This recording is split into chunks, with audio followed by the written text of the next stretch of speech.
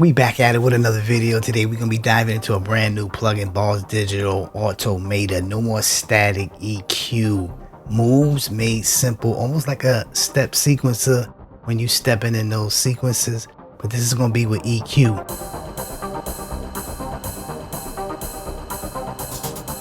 So let's check out the Automator, a complex auto made simple.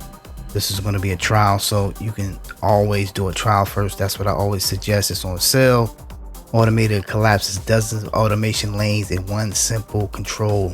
Reshape EQ, volume, width, and pan with a single lane. Now that is going to be fantastic for those that like to get different filters in each section of your mix. Finally, automate EQ without the lane nightmare. Complex made simple. Use it to add variations. So let's take a look at the Automator GUI. Great GUI, I must say, with this, and always, as they always do a great job with the resolution. All right, so we're going to take this into 4 sections: the EQ section, the knob section, the transition section, and the state section. Let's dive into the EQ. So you're going to have 7 bands of EQ. Let's just hear what the EQ sound like. And I selected band 7.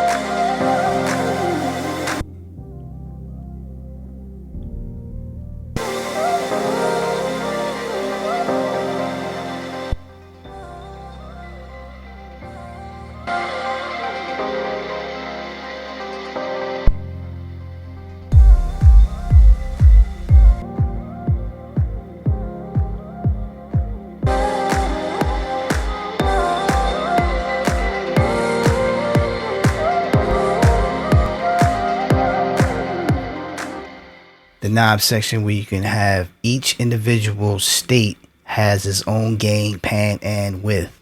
So with this instance, I can lower the width.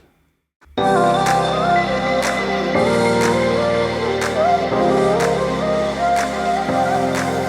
can pan it. So if you have a great effect, you can pan it.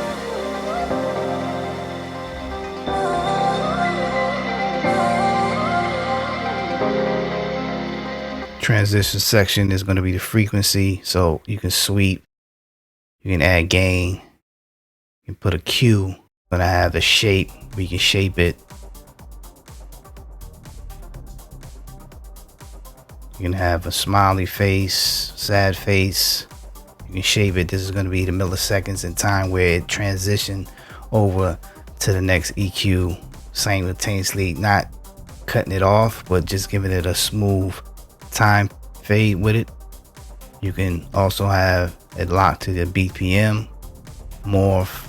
You can X fade or morph in between different EQ curves. And this is the states that you have, so you can program the state that you're going into.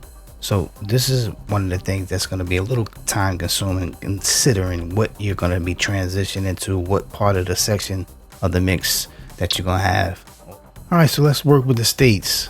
Let me know what state you from, what state you working from. So right here is just going to be a synopsis of where I'm trying to get something going in at the beginning of the track. And this is not concrete, but just to show you how you can do it. So I got a little sad face going on here, right? So what I can do is start from there. I can copy this state to state 2, and I can work on state 2. So state 2 has this. So now I can tend to broaden this out just a little, right? Change the width, right? So if I want to copy that state, I can copy that to 3. So check that out. So it's going from state 1, 2, 3. I want to copy this to 4. See what 4 is. Paste 4, and you know, we can go up a little bit more. We can widen this up. So that's how the states work. But this is one of the things that's really time consuming with this, figuring out what EQ curve needs to be at each section. This is just a synopsis on trying to figure this out. This is brand new to me. I think it's a real game changer when you want to sweep filters. Okay, so this is what the automation lane looking like right now. And you know, this is going to be a little time consuming to get each point the way you want it to flow in a nice transition. This is what I have right here.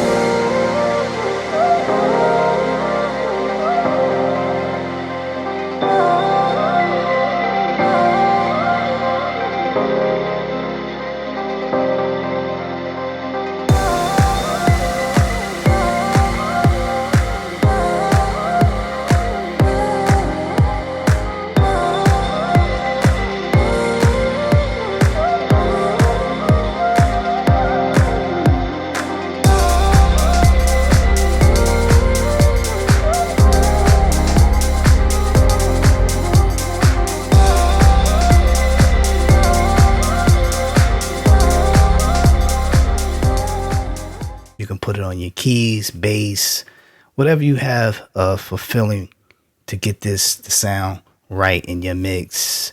That's all I'm going to have for the tutorial. Make sure you come back to this video up here. We're going to sign off. Peace.